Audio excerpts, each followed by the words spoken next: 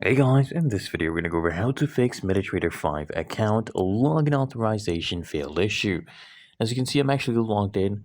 I'll explain to you the steps I did, and at the end I'll give you the main method to do this. Now first of all, just go to your Play Store and just search up MetaTrader 5 right here.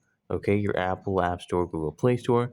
Then make sure there's no update option right here. If it says open, that means it is up to date.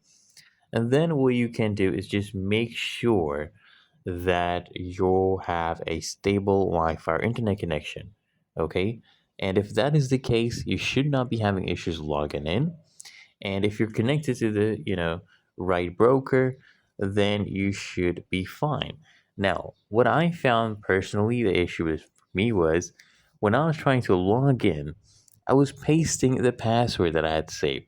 That was causing the issue. Just type in the password manually and it should work for you. If you found this video helpful, make sure you smash the like button and subscribe to the channel.